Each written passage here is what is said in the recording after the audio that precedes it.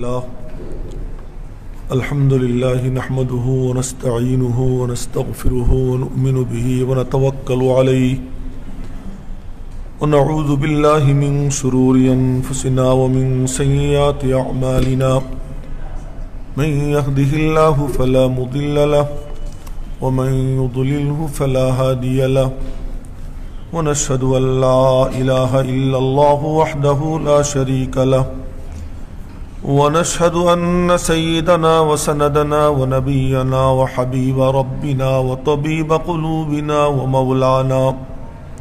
ومولانا محمدا عبده ورسوله صلى الله تعالى عليه وعلى آله وصحبه وبارك وسلم تسليما كثيرا أما بعد فأعوذ بالله من الشيطان الرجيم بسم الله الرحمن الرحيم الحمد لله رب العالمين الرحمن الرحيم مالك يوم الدين إياك نعبد وإياك نستعين اهدنا الصراط المستقيم صراط الذين أنعمت عليهم غير المغضوب عليهم ولا الضالين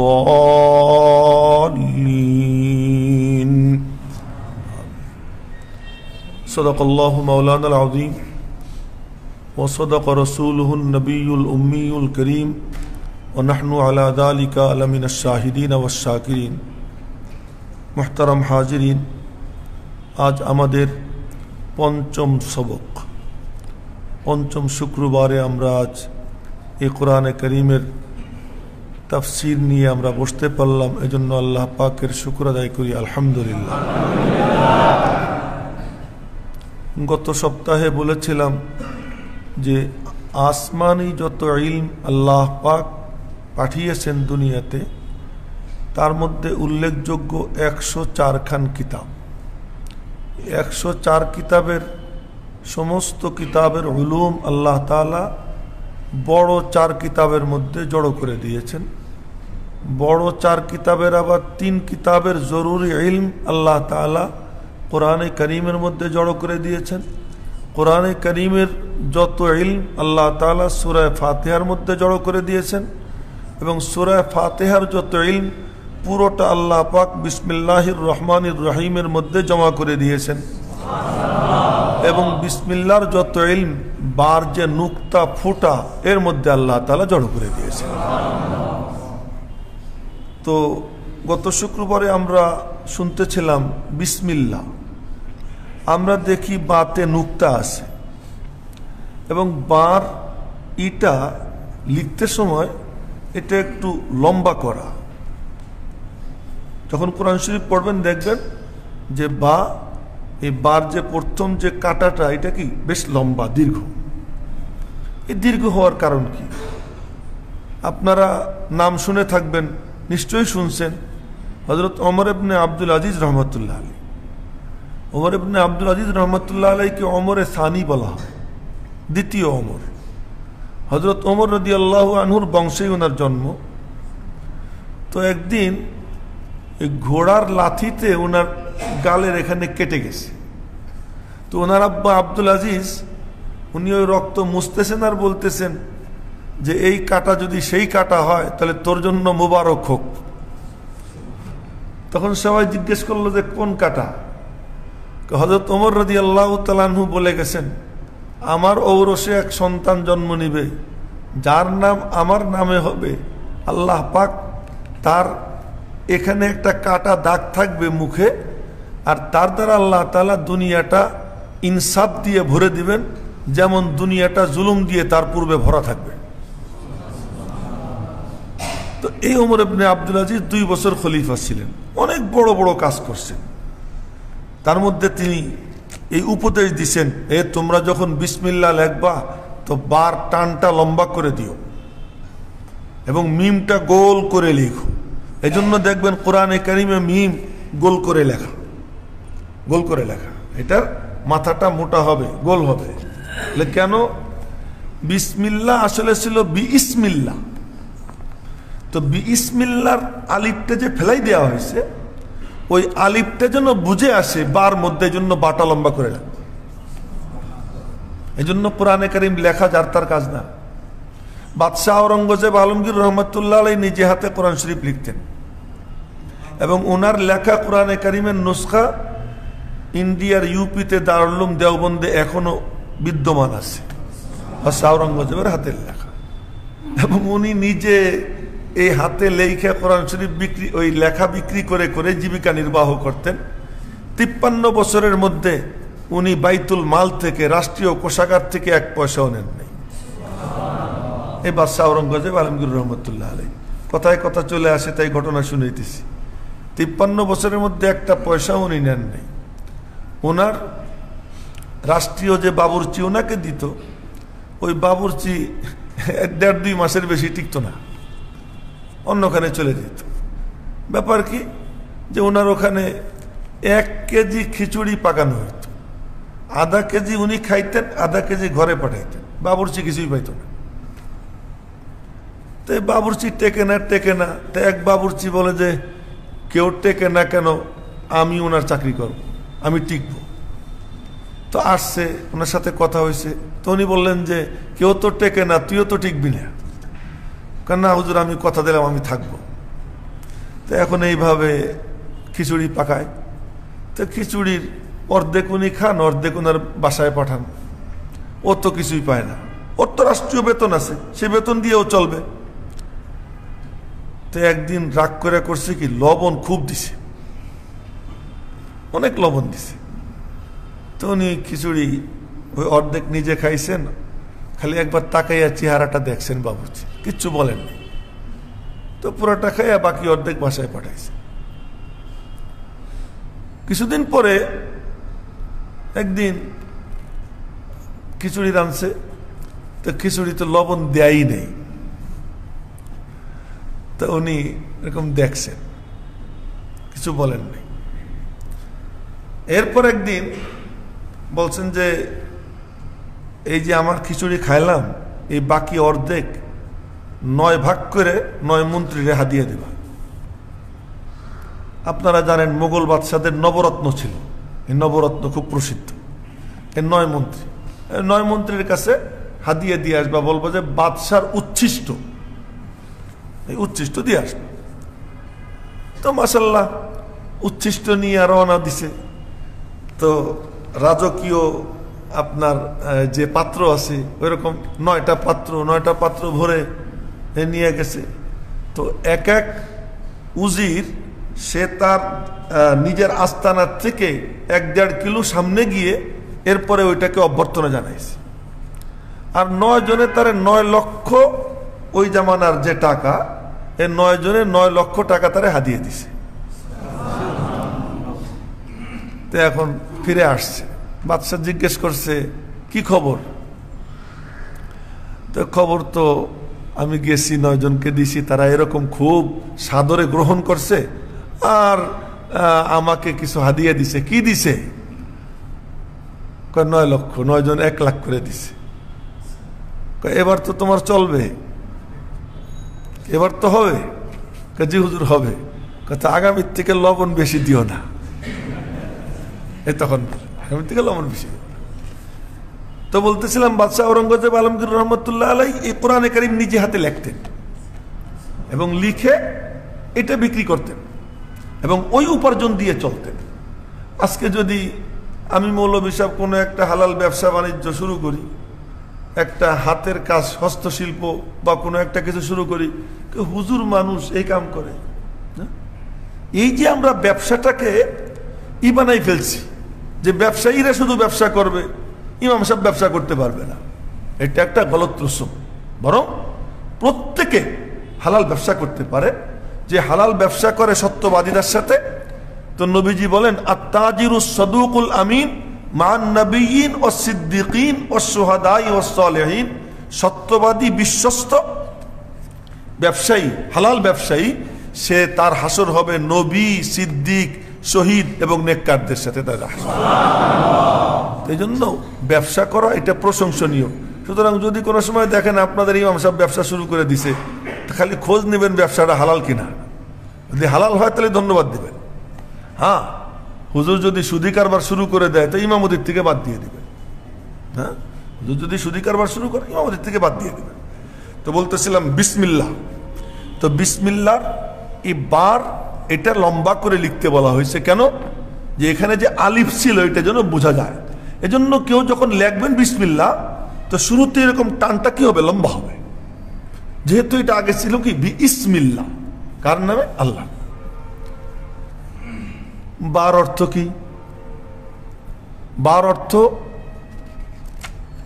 তিন অর্থের যে কোনো এক অর্থ আমরা নিব। অর্থ তো অনেক আছে, 14 অর্থ, 16 অর্থ, বিভিন্ন কথা আছে, ওগুলোর দরকার নাই। তিনটার কোনো একটা অর্থ আমরা নিব। একটা হলো সাথে, একটা হলো কি সাথে, আর একটা হলো সাহায্যে, আর একটা হলো বরকতে। আবার বলতেছি, সাথে, সাহায্যে, বরকতে। বিসমিল্লাহ আল্লাহর নামের সাথে, বিসমিল্লাহ আল্লাহর নামের সাহায্যে, বিসমিল্লাহ আল্লাহ পাকের নামের বরকতে। বুঝতে না কথা? এখন বিসমিল্লাহির রহমানির রহিম আল্লাহর নামের সাথে শুরু করতেছি। আল্লাহর নাম সাথে নিয়ে আমি করতেছি, শুরু করতেছি। আর বিসমিল্লাহ আল্লাহ পাকের নামের সাহায্যে আমি শুরু করতেছি। আবার বিসমিল্লাহ আল্লাহ পাকের নামের বরকত সাথে নিয়ে আমি শুরু করতেছি। তাই না? কথাটা কি পরিষ্কার হয়েছে? বিসমিল্লাহ সুফিরা কি তর্জমা করছেন সেটা আমি আপনাদেরকে বলছিলাম, মনে রাখছেন কিনা জানি না, আবার স্মরণ করাই দিই। সুফিরা বলেন বা শুরুতে আইনা আল্লাহ পাক এটা বুঝাইতে চাইছেন বিসমিল্লাহ, তার মানে বি কানা মা কান অবি ইয়াকুনু মা ইয়াকুন, যা কিছু আসমান ও জমিনে সংগঠিত হয়েছে এ সব কিছু আমার নামের বরকতে, কিয়ামত পর্যন্ত এবং কিয়ামতের পরে যা কিছু সংগঠিত হবে তাও আমি আল্লাহর নামের বরকতে। যা হইছে তা আমার নামে, যা হবে তাও আমার নামে। বড় চমৎকার ব্যাখ্যা দিচ্ছেন সুফিরা, হ্যাঁ, বুজুর্গরা বড় চমৎকার ব্যাখ্যা দিচ্ছেন। বিসমিল্লাহ, বিসমিল্লাহ আল্লাহ, না কি চলে আসছে? আল্লাহ বলেন না, আল্লাহ।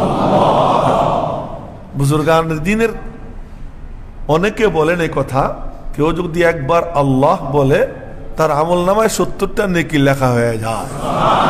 আল্লাহ। সুতরাং সুযোগ মিলে গেলেই উচ্চারণ করে ফেলবো একবার কি আল্লাহ। আলোচনায় বলছিলাম যে জিক্রে গায়রে মুয়াক্কাত, অনির্ধারিত সময়ে, অনির্দিষ্টভাবে, অনির্ধারিতভাবে, যখন তখন যে কোনো অকেশনে আল্লাহ, এই আল্লাহর নাম উচ্চারণ করা। এর ফায়দা কি? এর ফায়দা হলো মরণের সময় বেসাখতা, অনিচ্ছাকৃত তার জুবান দিয়ে বের হয়ে যাবে কি আল্লাহ। এই অভ্যাস যার হয় সে কি করে? পড়ে গেলে কেউ কয় উরে বাবারে, না, কেউ ব্যথা পেলে কি কয় মাগো। আর যার অভ্যাস হয়ে গেছে সে ব্যথা পাইলে কি বলে? আল্লাহ, ওরে আল্লাহ। এই ওরে আল্লাহর অভ্যাসটা যার হবে, মৌতের সময় তো ব্যথা, মহা বিপদ, মহা কষ্ট, তখন যখন মানে সে বিপদে পড়বে, এই অভ্যাস যার, নবীজি বলেন কামা তাহইয়াউনা তামুতুন কামা তামুতুনা তুবআসুন, তোমার জীবন যেমন তোমার মরণ তেমন হবে, মরণ যেমন হবে আল্লাহ পাক হাসরও তেমন করবেন। সুতরাং আমি যদি আমার হায়াতের জিন্দেগিতে মানে যে কোনো অকেশনে আমি যদি আল্লাহ বলতে অভ্যস্ত হয়ে যাই, তাহলে হবেটা কি? আল্লাহ পাক ওই সময়ে আমার জুবান দিয়ে আল্লাহ পাক তার নামটা বের করে দেবেন। বিসমিল্লাহ আল্লাহ। আল্লাহ এটা এমন এক লফজ, এমন এক শব্দ, আরবিতে আছে মারেফা নাকেরা। যেমন এই যে নির্দিষ্ট মানুষ, একজন মানুষ, এটাকে বলে নাকেরা। এক ব্যক্তি, জনৈক ব্যক্তি, এটাকে বলে কি? নাকেরা। কথা বুঝলেন না? জনৈক ব্যক্তি এটা মানে কি? আরবিতে বলে নাকেরা। আমরা বলি না যে আব্দুল করিম বলছে, নির্দিষ্ট। আর বললাম কি জনৈক ব্যক্তির সঙ্গে আমার দেখা হয়েছে। আর একবার বললাম কি যে আমাদের ওসি সাহেবের সঙ্গে আমার দেখা হয়েছে। তো ওসি সাহেবের সঙ্গে দেখা হয়েছে, এটা নির্দিষ্ট, এটাকে বলে মারেফা।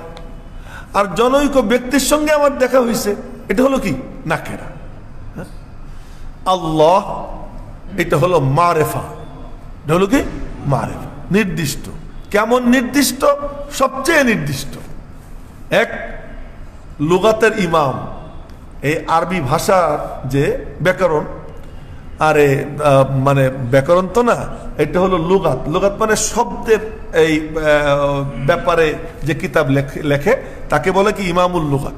এই ইমামুল লুগাত, এই ভাষাবিদ ইমাম সিবওয়াই, ওনার ইন্তেকাল হয়ে গেছে। ইন্তেকালের পরে ওনাকে একজন স্বপ্নে দেখছে, জিজ্ঞেস করছে হুজুর কেমন আছেন?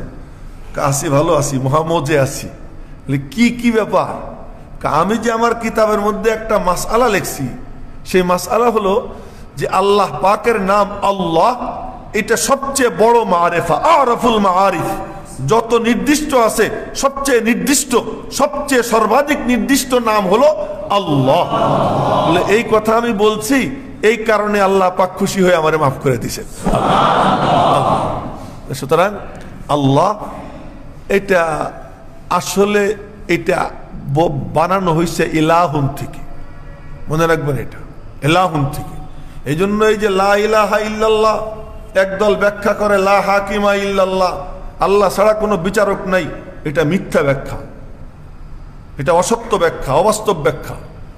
মুফাসসিররা লেখেন যে আল্লাহ এটা বানানো হয়েছে ইলাহুন থেকে। ইলাহুনের যে হামজা, ওই হামজা পড়ে গেছে, আলিফ লাম বাড়ানো হয়েছে।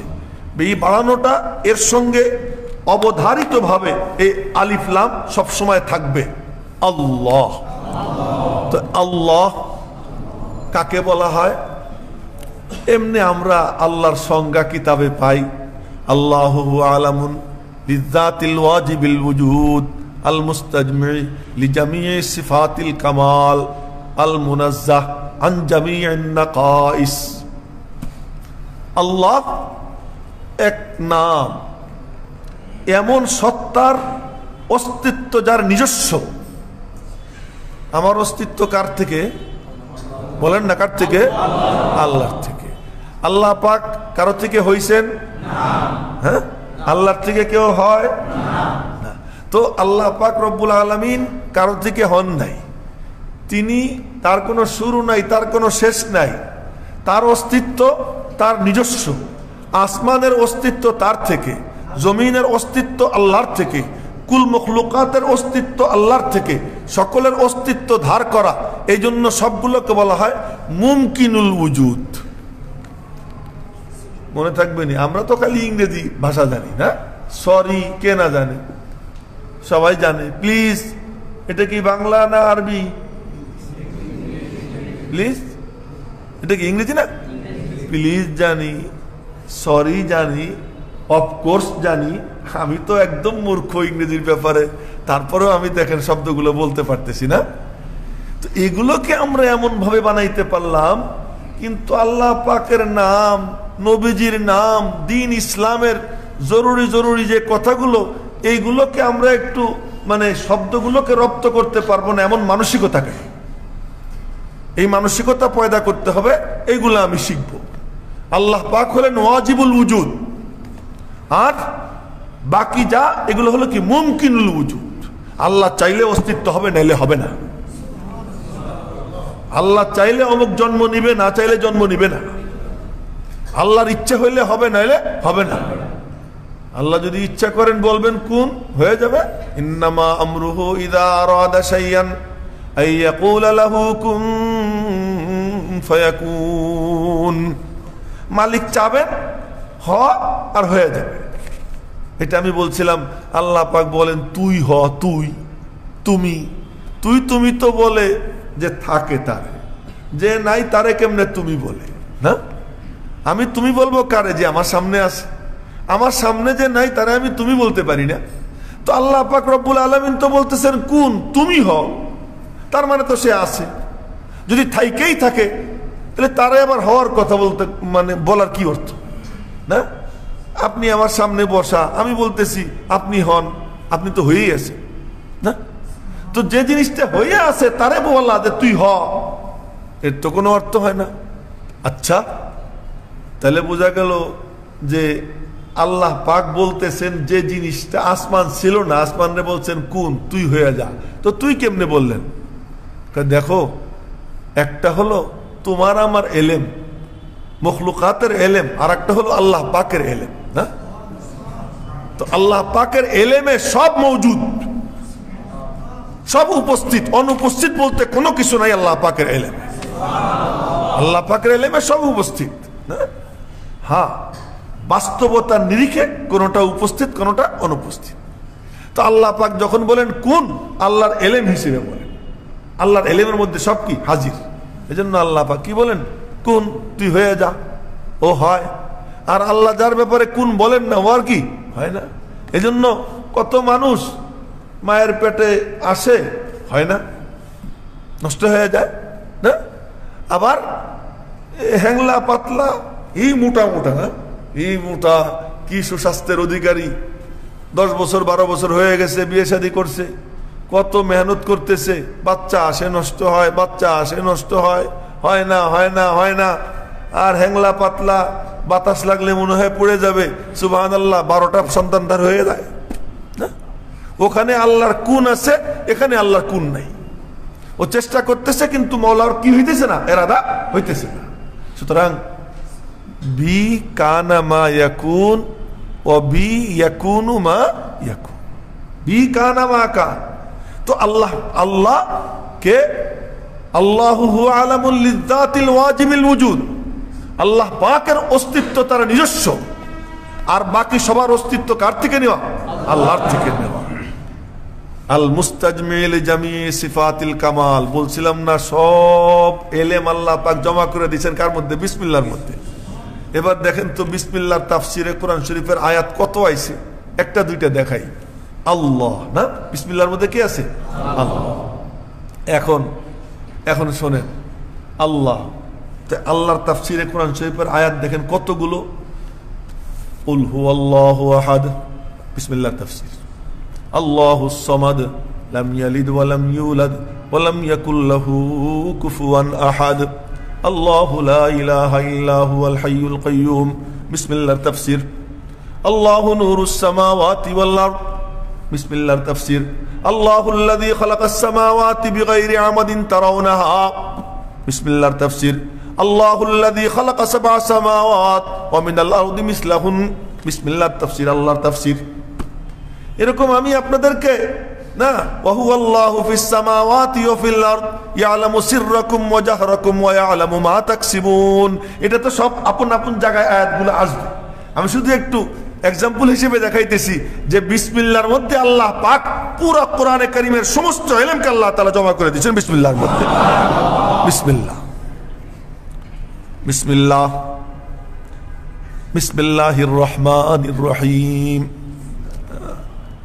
আর রহমান আর রহিম, রহমান রহিম এই শব্দ দুইটা আসছে রহমত থেকে। রহমত মানে হলো অন্তরের কোমলতা। রহমত মানে কি? অন্তরের কোমলতা। একটা কথা মনে রাখবো, আল্লাহ পাকের সিফাতি নাম কিতাবে পাওয়া গেছে 1000। আমাদের কিতাবে, আমাদের এই উম্মতের কিতাব, তাফসীরের কিতাব, হাদিসের কিতাব, বিভিন্ন কিতাব ঘাটাঘাটি করে আমাদের এই উম্মতের কিতাবগুলোর মধ্যে পাওয়া গেছে 1001টা। তো 1001, তো 1001টা সিফাতি নাম আল্লাহ তাআলার পাওয়া গেছে আমাদের কিতাবে, এই উম্মতের কিতাবে। এই যত সিফাত আছে আল্লাহ তাআলার, এমনিতে মশহুর হলো আল্লাহ পাকের 99টা, তাহলে মশহুর। কিন্তু বাকি সিফাতি নাম অনেক। আল্লাহ পাকের সিফাতি নামগুলো কেমন, কি হিসেবে আল্লাহর সিফাত? আমি যেমন কঠোর, আমার মধ্যে কঠোরতা আছে, কঠোরতার থেকে আমি যে কঠোর এই। কিন্তু আল্লাহ পাক, আল্লাহ পাকের রহমান, রহমত থেকে আসছে, কোমলতার থেকে, তা শব্দ বনছে কোমলতার থেকে। কিন্তু আল্লাহ পাকের নাম, সিফাতি নামটা তার ফলাফলের ভিত্তিতে নির্ণয় হয়। কিসের ভিত্তিতে? রহমানের চাহিদা কি? মেহেরবানি, দয়া, ইহসান। তো আল্লাহ পাকের নাম যে রহমান, কিসের ভিত্তিতে? ওই আল্লাহ পাকের ওই সমস্ত জিনিস যা আল্লাহর থেকে প্রকাশ পায় মখলুকের উপর, এই ভিত্তিতে আল্লাহ পাকের নাম কি? রহমান। এই কথাটা মাদ্রাসায় আমরা বলি, এটা হলো কোনো কিছু হওয়া, এই হওয়ার যে ধরন, এগুলো আল্লাহর মধ্যে নাই। হ্যাঁ, এই জন্য এই যে রহমান রহমত থেকে আসছে, এই কথাটা বলার কারণে এই কথাটা বললাম যে আমার আপনার যেমন কোনো কিছুর থেকে আমার কোনো কিছু হয়, আর আল্লাহ পাকের সিফাতি নাম অমুকটার থেকে এইটা হয়ে আসছে, বিষয়টা এমন না। বিষয়টা কি না? এমন না। তো আল্লাহ পাক রহমান রহিম, এই দুই গুণ এখানে, এটাকে বলছে ইসমে মুবালাগা। মুবালাগা মানে অধিক বুঝানোর জন্য এই দুইটা শব্দ প্রয়োগ করা, অধিক বুঝানোর জন্য। অতি দয়ালু, অনেক দয়ালু, বড় দয়ালু। বড় নিয়ামত দিয়েও দয়া হইতে পারে, আমার অনেকের উপর দয়া করেন বলে দয়া হইতে পারে। কয়টা দিক? দুইটা দিক। একটা হলো কি? বড় দয়া, আর একটা হলো অনেকরে দয়া করেন। কথা পরিষ্কার হয়েছে? এই জন্য বিসমিল্লাহির রহমানির রহিম, রহমান আর রহিমের মধ্যে রহমান বেশি বড় না রহিম বড়? বুঝে আসছে না? দেখো না, আগে এসে রহমান, তো বোঝা গেল রহমানের মধ্যে রহমত বেশি, রহমানের মধ্যে রহমত কি বেশি। কারণ যে রহমান হলো আল্লাহ পাক দুনিয়ার দৃষ্টিকোণ থেকে, যে দুনিয়াতে কাফের, মুশরিক, ইহুদি, খ্রিস্টান, হিন্দু, বৌদ্ধ, মুসলমান, অমুসলিম, নামাজি, বেনামাজি যা আছে সকলের উপরে আল্লাহ পাকের দয়া সমানভাবে। এমনকি যারা আল্লাহর ইবাদত করে না, ওরা রহমত আরো বেশি পায়। ওরা আরো কি পায়? বেশি পায়। এই জন্য আল্লাহ পাককে বলা হয় ইয়া রহমান দুনিয়া, এ দুনিয়ার রহমান। আখিরাতে গেলে সব ছাটাই, সব ছাটাই। তখন দয়া হবে কেবলমাত্র কাদের উপরে? মুমিনদের উপরে। কথা পরিষ্কার হয়েছে? তো এই জন্য রহমানটা ব্যাপক রহমত, আর রহিম হলো কি? বিশেষ রহমত।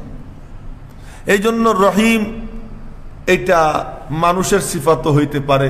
এই জন্য রসুল পাক সাল্লাল্লাহু আলাইহি ওয়াসাল্লাম তার সিফাত আল্লাহ তাআলা কি রহিম দিয়ে উল্লেখ করছেন। যাক, ওই আলোচনায় আমি যাব না, সংক্ষেপে আপনাদেরকে বুঝাইতে চেষ্টা করতেছি। অন্য দৃষ্টিকোণ থেকে দেখতে গেলে যে আল্লাহ পাক দুনিয়া ও আখিরাতের রহমান, এই উভয় দিক থেকে। আর দুনিয়াতে শুধু রহিম, রহিমটা শুধু কি দুনিয়ার, আখিরাতে আল্লাহ রহিম না। কোন হিসাবে? যদি দেখা হয় নিয়ামতের বড়ত্বের হিসেবে, যে নিয়ামতটা বড়, তাহলে আখিরাতের সব নিয়ামত বড়, দুনিয়াতে কোনোটা বড় কোনোটা ছোট। এই জন্য রব্বুল আলামিন দুনিয়াতে রহমান এবং রহিম উভয়টা, আর আখিরাতে আল্লাহ পাক শুধু রহমান। আর যদি দেখা যায় যে আল্লাহ পাকের দয়াটা ভোগ করতেছে কারা, পরিমাণ, এই ভোগকারীদের পরিমাণ হিসেবে যদি বলতে হয়, তাহলে বলতে হয় যে আল্লাহ পাক দুনিয়াতে রহমান, আখিরাতে হলেন কি? রহিম। কথা পরিষ্কার হয়েছে? বিসমিল্লাহির রহমানির রহিম। শুরু করছি ওই আল্লাহর নামে, যিনি পরম করুণাময়, অসীম দয়ালু। সেই আল্লাহর নামে শুরু করতেছি। তো বিসমিল্লাহর অর্থটা কি? এখন আসুন, আউযুবিল্লাহ আগে গেছে, মনে আছে তো? আউযুবিল্লাহি মিনাশ শাইতানির রাজিম। আউযুবিল্লাহর অর্থ কি বলছিলাম? আল ফেরারু মিন গায়রিল্লাহ, গায়রুল্লাহ থেকে ভেগে যাওয়া। গায়রুল্লাহ বলতে যত কিছু আছে সব কিছুর থেকে কি? ভেগে যাওয়া। তো আউযুবিল্লাহ, আল্লাহ আপনার আশ্রয় প্রার্থনা করতেছি মিনাশ শাইতানির রাজিম, মরদুদ শয়তান থেকে। তার মানে যত ধরনের শয়তানিয়ত আছে, বিশ্বাসগত দিক থেকে হোক, আমলগত দিক থেকে হোক, যত ধরনের শয়তানিয়ত আছে, সেই মওদুদিয়ত হোক, বেরলভিয়ত হোক, কাদিয়ানিয়ত হোক, শিয়িয়ত হোক, এই যত ফেরাকে দল্লা, যত গুমরা ইসলামের নামে ফেরকা আছে, ওই ফেরকাবাজদের যত শয়তানি, এগুলো হলো এতেকাদি শয়তানি। এটা হলো কি? বিশ্বাসগত শয়তানি। বাবার দরবারে গিয়ে মান্নত মাইনে আসি সন্তান হবে, এটা হলো বিশ্বাসগত শয়তানি। কথাটা কি পরিষ্কার হইতেছে? এটা বিশ্বাসগত শয়তানি। আউযুবিল্লাহ পড়ার মতলব কি? যে আল্লাহ, আমি সমস্ত ধরনের বিশ্বাসগত যত শয়তানিয়ত আছে, এই সমস্ত শয়তানিয়ত থেকে, আমলি দৃষ্টিকোণ থেকে যত শয়তানিয়ত আছে, মিথ্যা বলা আমলি শয়তানি, গীবত করা আমলি শয়তানি, ধোঁকাবাজি করা আমলি শয়তানি, গালাগাল দেওয়া আমলি শয়তানি, এই যত আমলি শয়তানি আছে, সমস্ত আমলি শয়তানি থেকে আল্লাহ আমি তোমার আশ্রয় প্রার্থনা করতেছি। যখন এই কথা কেউ বলে অন্তর থেকে, তো রব্বুল আলামিন বলেন, তা আয় আয়, তোরে আমি আমার কাছে নিব। বলে কি দিয়ে আসবো? তুই বিসমিল্লাহ বলো। তুমি কি বিসমিল্লাহ? তো বিসমিল্লাহ এটা কি করে? যখন কেউ বলে বিসমিল্লাহ, তো বিসমিল্লাহর বার নুক্তা নিচে, বার নিচে জের। হ্যাঁ, ভালো করে বুঝুন, বার নিচে কি জের। আগের কথাও মনে রেখেন, নাহলে ভুলে যাবেন। আল্লাহ পাক বলছেন কি, ওয়াতাসিমু বিহাবলিল্লাহ, ধরো তোমরা আল্লাহর রজ্জু। না, সবাই মিলে আল্লাহর রজ্জু ধরো, রশি ধরো। কোরআনে কারীমকে আল্লাহ তাআলা রশি বলছেন কেন? রশির কাম কি? রশির কাম হলো, কেউ নিচে আসে, উপরের থেকে রশি ফেলায়, ধরে টাইনা টাইনা তারা উপরে উঠায়। আল্লাহ পাক বলেন আমি উপরে। আল্লাহ কোথায়? একজনকে জিজ্ঞেস করছে, মানে সে প্রতিবন্ধী, আইন আল্লাহ, আল্লাহ কই, যেমন করে উপরের দিকে দেখায়, সে মুমিন। সে কি? মুমিন। আল্লাহ পাক কোথায়? আর রহমান আলাল আরশ ইস্তাওয়া। আল্লাহ পাক বলেন রহমান আরশের উপরে সমাসীন। আরশ কোথায়? 7 আসমানের উপরে, আরো অনেক উপরে গিয়ে। বেহেশত তো কোথায়?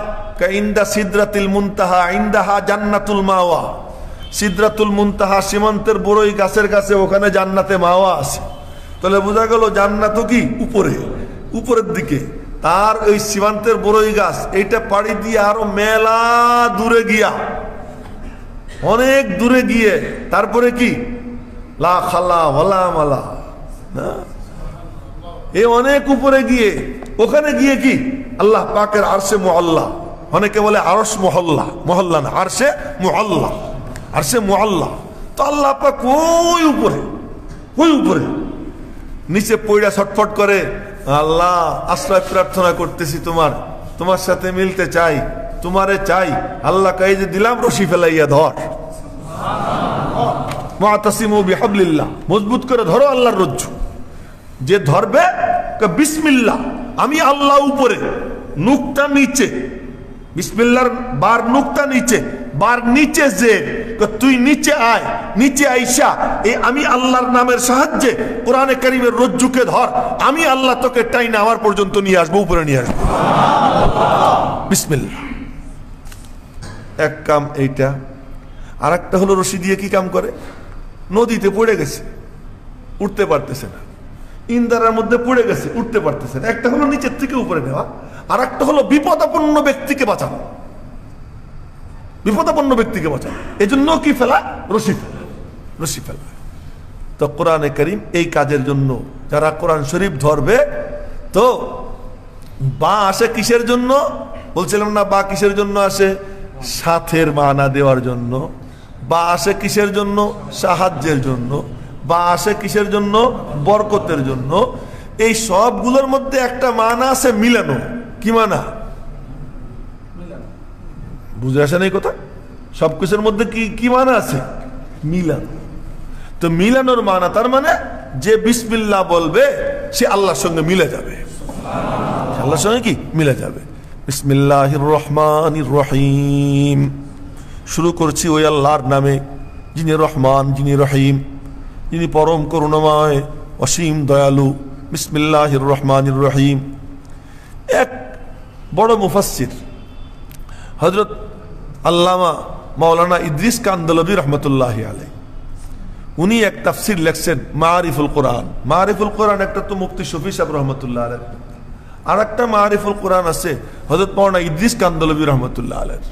তিনি বলেন যে আল্লাহ পাক তার এত নামের থেকে বাইসা এই 3 নামকে বিসমিল্লাহর মধ্যে আনছেন, আল্লাহ, রহমান, রহিম।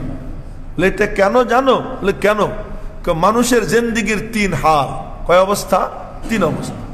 এক অবস্থা আমি ছিলাম না, অস্তিত্ব লাভ করলাম। আর এক অবস্থা অস্তিত্ব লাভ করার পরে চলমান জীবন। আর এক অবস্থা এই জীবন শেষ হওয়ার পরে আবার পুনর্জীবন, সেই পুনরুত্থিত হওয়ার পরে তখনকার যে পর্ব। এই 3টে পর্ব মানুষের জিন্দেগির। ছিলাম না, অস্তিত্ব লাভ করলাম, অস্তিত্ব লাভ করার পরে চলমান জীবন, চলমান জীবন শেষ হওয়ার পরে পুনরুত্থিত হব, তখনকার জীবন। এই 3 পর্ব, এই 3 পর্ব যেন মানুষ ভুলে না যায়, এই জন্য বিসমিল্লাহির রহমানির রহিম এটা হার কাজের শুরুতে, কোরআনে কারীমের তিলাওয়াতের শুরুতেও আল্লাহ কে ছিলাম না, যিনি আমাকে অস্তিত্ব দিলেন তিনি হলেন আল্লাহ। অস্তিত্ব লাভ করার পরে চলমান জীবনে প্রতি কদমে কদমে যার নুসরত, যার মদদ, যার সাহায্য, যাকে নিয়ে আমি চলতেছি, যার রহমতের উপরে আমি ভাসমান, তিনি হলেন কে? আল্লাহ রহমান। এই জীবন শেষ হয়ে যাওয়ার পরে, পুনরুত্থিত হওয়ার পর আবার যখন আমি অসহায় হব, তখন আমাকে যিনি পরিত্রাণ দিবেন তিনি হলেন কে? রহিম। এই রহিম, বিসমিল্লাহির রহমানির রহিম, এই 3 হাল যার না স্মরণ থাকে সবসময়। জুতা পড়তে গেলেও 3 অবস্থা। জুতা পড়তে সময়ও কি? ডান পা আগে দাও, বলো বিসমিল্লাহ। ঘরে ঢুকতে সময় তুমি কি বলো? ডান পা আগে দাও, বলো বিসমিল্লাহ। ঘর থেকে বের হবা, বাম পা আগে দাও, বলো বিসমিল্লাহি তাওয়াক্কালতু আলাল্লাহ। এই যে বিসমিল্লাহ, বিসমিল্লাহ, বিসমিল্লাহ। বাথরুমে যাওয়ার সময়ও কি বিসমিল্লাহ, আল্লাহুম্মা ইন্নী আউযু বিকা মিনাল খুবুসি ওয়াল খাবাইস। বাদ নাই, এটারে স্মরণ রাখো। বলে এইটা যখনই বলবে তখন তার মনে পড়বে, আরে আমি তো সে ছিলাম না, আমাকে যিনি অস্তিত্ব দিয়েছেন তিনি হলেন কে? আল্লাহ। এ যার স্মরণ থাকে অটোমেটিক তার আল্লাহর দিকে মাথা নত হয়ে যায়। বিসমিল্লাহির রহমানির রহিম। সূরাতুল ফাতিহা, সূরা ফাতিহা, এই সূরা যেটা আমরা আলহামদু শরীফ বলি, এই আলহামদু শরীফের অনেক নাম, অনেক নাম। তার মধ্যে এক নাম হলো সূরা ফাতিহা, যেটা বিভিন্ন সব কোরআন শরীফের শুরুতে লেখা কি? সূরাতুল ফাতিহা। সূরা ফাতিহা আবার এখানে লিখে দিছে কি? মক্কিয়াতুন, মক্কি। আপনারা কোরআন শরীফ দেখবেন কি? মক্কি। এর রুকু কয়টা? একটা। হ্যাঁ, আগে তো কোরআন শরীফের রুকুও ছিল না, জের জবরও ছিল না, নুক্তাও ছিল না, কিচ্ছু ছিল না। আপনারা দেখবেন উর্দু লেখা, ফার্সি লেখার মধ্যে জের জবর নেই, কিন্তু আমি নিজেও উর্দু পড়ি, পড়াই, ফার্সি পড়ছি, পড়াইছি, কোনো সমস্যা হয় কেন? ভাষাটা আমি জানি, এজন্য আমার জের জবরের কি পড়ে না, দরকার পড়ে না। আচ্ছা, তো আরবি ভাষাভাষীদের সামনে এই কোরআন শরীফ যখন নাজিল হয়েছে, আবু বকর, ওমর, উসমান, আলী, তলহা, জুবাইর রাদিয়াল্লাহু আনহুম সহ সাহাবা একরাম, তাদের জন্য জের জবরের কোনো দরকার ছিল না, এবং জের জবর দেওয়া হয়নি। জের জবর ছাড়াই কোরআনে কারীম চলতেছিল, নুক্তা টুক্তার কোনো দরকার ছিল না, এটা চলতেছিল। একদিন এক সাহাবীর সামনে একজন তিলাওয়াত করতেছেন, আয়াতটা আপনাদেরকে আমি শুনাইতেছি। বারাতুম মিনাল্লাহি ওয়া রাসূলিহি ওয়া আযানুম মিনাল্লাহি ওয়া রাসূলিহি ইলান নাসি ইয়াউমাল হজ্জিল আকবার আন্নাল্লাহা বারিউম মিনাল মুশরিকিনা ওয়া রাসূলুহু। আল্লাহ এবং তার রসুল, মুশরিকদের ব্যাপারে আল্লাহ এবং তার রসুলের কোনো দায় দায়িত্ব নাই, আল্লাহ এর থেকে কি বেজার। এই হলো কথা। মানে একজন পড়তেছে আন্নাল্লাহা বারিউম মিনাল মুশরিকিনা ওয়া রাসূলিহি, পড়ছে আল্লাহ মুশরিকদের থেকে এবং তার রসুল থেকে আল্লাহ বেজার। হইতে পারে এটা? যদি ওয়া রাসূলিহি পড়ে তাহলে তরজমা হয় কি? আল্লাহ তার রসুলের থেকে মুখ ফিরিয়ে নিছে। এটা সম্ভব? এটা হইল কেন? ও যে কোরআন শরীফ পড়তেছে হলো মুরুক্ষ, আজমি, অনারবদেরকে কি বলা হয়? আজম বলা হয়। এই আজমি, সে কোরআন শরীফ পড়তেছে, মারাত্মক ভুল করছে। ওই ভুল যখন আসলো তখন প্রয়োজন দেখা দিল যে জের জবরের দরকার। আর আল্লাহ পাকে এই কাজটা নিলেন এক সেরা জালেমের থেকে, না? যেই জালেমের জুলুমের ভবিষ্যৎবাণী নবীজি হাদিসে করে গেছে, ইন্না ফি সাকিফিন ইন্না ফি সাকিফিন কাযযাবাইনি ওয়া মুবিরান, যে বনু সাকিফের মধ্যে দুইটা বড় বড় মিথ্যাবাদী আসবে আর একটা বড় বিধ্বংসী সত্তা আসবে। ওই বিধ্বংসী সত্তা যে, তার নাম হলো হাজ্জাজ ইবনে ইউসুফ, যে খানায় কাবায় আগুন লাগাইছে। যে খানায় কাবায় আগুন লাগাইছে, মজার ব্যাপার হলো, আশ্চর্যের ব্যাপার হলো যে খানায় কাবায় হযরত ইব্রাহিম আলাইহিস সালাম যে দুম্বা জবাই করছিলেন ইসমাইল আলাইহিস সালামের ফিদিয়ায়, যেটা আল্লাহ পাক আসমান থেকে পাঠাইছেন, ওর শিং, ওর মাথা, এটা খানায় কাবায় লটকানো ছিল। ওই পর্যন্ত, ওই হাজ্জাজ ইবনে ইউসুফের জ্বালানের আগ পর্যন্ত এই কমবক্ত, এই জালেম, সে যখন খানায় কাবায় আগুন লাগায় তখন কি হইল, এটা জ্বলে গেল। আর আজকে আমরা দেখার থেকে বঞ্চিত। এটা রাসূল সাল্লাল্লাহু আলাইহি ওয়াসাল্লাম দেখছেন, সাহাবা ইকরাম দেখছেন, কিন্তু আমাদের এই সৌভাগ্যটা হইল না ওই জালেমের কারণে। তাহলে আমরা দেখতে পারতাম না, আমরা দেখতে পারতাম। এই জালেম এটার থেকে বঞ্চিত করছে। এই হাজ্জাজ ইবনে ইউসুফ খানায় কাবার হজরে আসওয়াদের সামনে নামাজরত ছিলেন। নবীজির শ্বশুর হযরত আবু বকর, আবু বকরের মেয়ের জামাই হলেন হযরতে জুবায়ের। হযরতে জুবায়ের আবার অপর দিকে নবীজির ভাইরা, নবীজির ভাইরা। তার কারণ হযরত আবু বকর সিদ্দিক রাদিয়াল্লাহু তাআলা আনহুর মেয়েকে হযরত আয়েশাকে নবীজি বিয়ে করছেন। আয়েশা হলেন ছোট, আসমা হলেন বড়। এই তো নবীজির বড় ভাইরা হযরত জুবায়ের রাদিয়াল্লাহু তাআলা, ওই বড় ভাইরার ঘরের যে ছেলে, এ হলেন আব্দুল্লাহ ইবনে জুবায়ের। এই আব্দুল্লাহ ইবনে জুবায়ের বড় নেককার এবং দাড়ি ছাড়া ছিলেন, ওনার দাড়ি হয় নাই, উনি দাড়ি ছাড়া ছিলেন, খুব সুন্দর ছিলেন। তো হজরে আসওয়াদ সামনে নিয়ে নামাজ পড়তেছিলেন, ওই অবস্থায় এই জালেম ওনাকে হত্যা করছে। ওখানে এই এত বড় জালেম, কিন্তু আল্লাহর কি খেলা! ইন্নাল্লাহা লা ইউআইয়িদু হাদাদ দীন বির-রাজুলিল ফাজির। আল্লাহ কখনো কখনো ফাজির, বদকার কে দিয়ে আল্লাহ তাআলা দ্বীনের কাজ করা। এই কোরআন শরীফের জের জবর নুকতার কাজটা আল্লাহ পাক হাজ্জাজ ইবনে ইউসুফকে দিয়ে করাইছেন। কি করবেন? হ্যাঁ, কিচ্ছু করার নেই। আল্লাহ পাক যাকে চান। এই জন্য আমি মৌলভী সাহেব, আমি ফুলে যাব যে আমি মিম্বরে বসা, আমি তাফসির করতেছি, না না না। আল্লাহ তাআলা তার দ্বীনের কাজ যে কাউকে দিয়ে নিতে পারেন, যে কাউকে দিয়ে নিতে পারেন। এই তখন ওই রকম যখন সমস্যা দেখা দিতে লাগলো, তখন জের জবর দেওয়া হয়েছে। আগে কিন্তু জের জবর কি ছিল না। এই কথাটাও কি আমরা মনে রাখবো না? ফাঁকে আসলে এই কথাটা বললাম। সূরাতুল ফাতিহা, এই সূরা ফাতিহার অনেক নাম, অনেক নাম। তার মধ্যে দুই একটা নাম আপনাদেরকে শুনি। এই সূরা ফাতিহাকে কি বলা হয়? সূরাতু তালিমিল মাসআলা, যে আবেদন কেমনে করতে হয়, আবেদনের পদ্ধতি শিখানোর সূরা হলো সূরা ফাতিহা। আল্লাহ পাকের কাছে কেমনে আবেদন করবে, তার তরিকা কি? বলে তরিকা হলো, প্রথম বলো আল্লাহ তুমি এমন, তুমি এমন, তুমি এমন, আমি তো, তুমি তো স্রষ্টা, আমি সৃষ্টি, তুমি মাবুদ, আমি বান্দা, আমি তোমার কদমে যে ঝুঁকে পড়তেছি, আমি তো তোমার গোলাম, আমি এই সব বইলা টইলা তারপরে তুমি চাবা ইহদিনাস সিরাতাল মুস্তাকিম।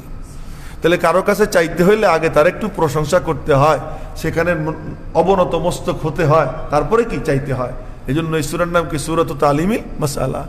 এই সূরার নাম আসছে উম্মুল কোরআন, কোরআনে কারীমের মা। মার থেকে যেমন বাচ্চা কাচ্চা জন্ম নেয়, কোরআনে কারীম দেখলে মনে হয় যেন সূরা ফাতিহা মা, সব সূরাগুলো তার বাচ্চা কাচ্চা। এটাকে বলা হয় উম্মুল কোরআন। আবার এই সূরাকে বলা হয় সূরাতুল কানজ। এক হাদিসে আসছে, নবীজি বলেন যে আল্লাহ পাক এই আরশের নিচের খাজানাত থেকে এই সূরা ফাতিহাকে আল্লাহ তাআলা নাজিল করছেন। আবার এই সূরাকে কি বলা হয়? সূরাতুশ শিফা, রোগ মুক্তির সূরা। হ্যাঁ, নবীজি বলেন আলহামদুলিল্লাহ শিফাউম মিন কুল্লি দা। সূরা ফাতিহা সব রোগ থেকে মুক্তির উপায়। এই জন্য একে সূরাতুশ শিফা বলা হয়। এক সাহাবী যুদ্ধে গেছেন, একদল, খাবার দাবার শেষ, ইহুদি বস্তি আছে পাশে, তো গিয়ে বলছে আমাদেরকে কিছু খাবার দাও। ওরা আমরা দিব না। আল্লাহ কয় দিবি না তো আমি দেওয়াইতেছি। কি কায়দা হইল, ওই ইহুদিদের সর্দাররে দিছে সাপে কামড়। আবার দেখবেন হুজুরদের কাছে অন্য সময় আসে না, কিন্তু ঝাড়ফুঁকের জন্য আসে। এমনি হুজুরদেরকে কেউ দেয় না। কতজন আমার কাছে তাবিজ চায়, ঝাড়ফুঁক চায়, তা আমি তো এই কাম করি না, তো ঝাড়ফুঁকের জন্য চলে আসে। তো এখন এই উজারে ঝাড়াইতে হবে, কোথায় যাওয়া যায়? ওই যে মোল্লারা আছে ওখানে যাও।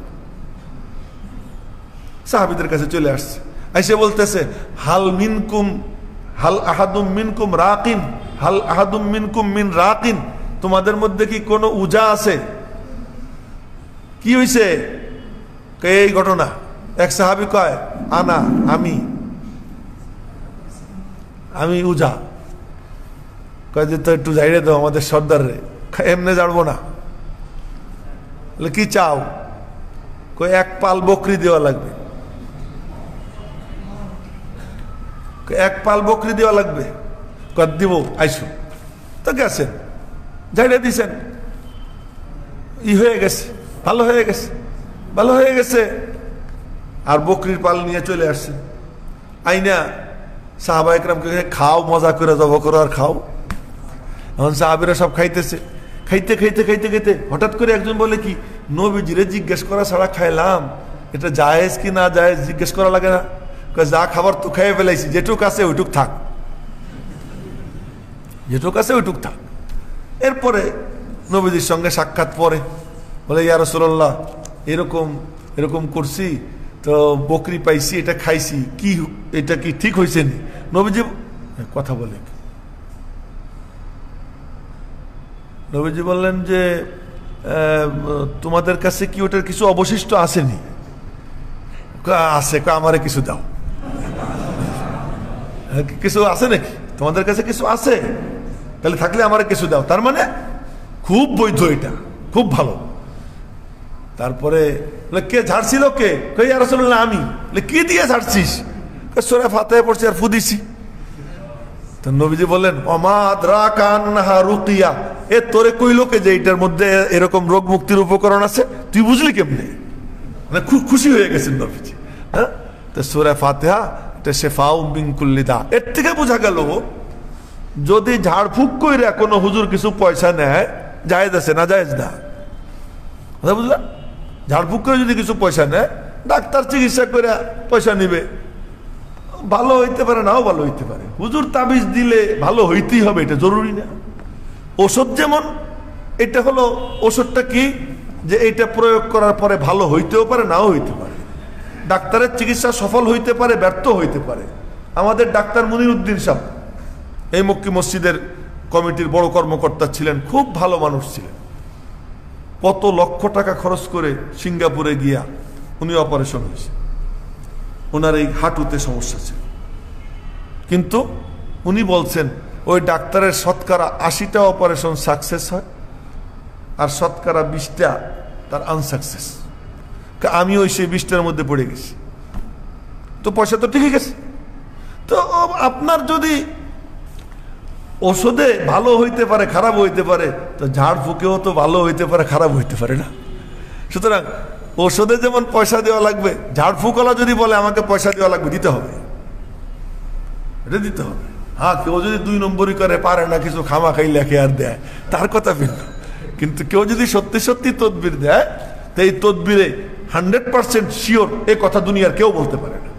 ভালো করে নেওয়ালা কি? আল্লাহ। সূরা ফাতিহা এটা সূরাতুশ শিফা, এটা রোগ মুক্তির উপকরণ। বিভিন্ন নাম আছে এই সূরার। সেই সূরা ফাতিহার তাফসির ইনশাআল্লাহ আমরা আগামী শুক্রবারে ইনশাআল্লাহ সূরা ফাতিহার তাফসির আমরা শুরু করব, যদি আল্লাহ পাক আমাদেরকে তৌফিক দান করেন। তো আলহামদুলিল্লাহ, আল্লাহ পাকের শুকর যে আমাদের 1 মাস পূর্ণ হয়ে গেছে, দ্বিতীয় মাসে আমরা পদার্পণ করলাম। আমি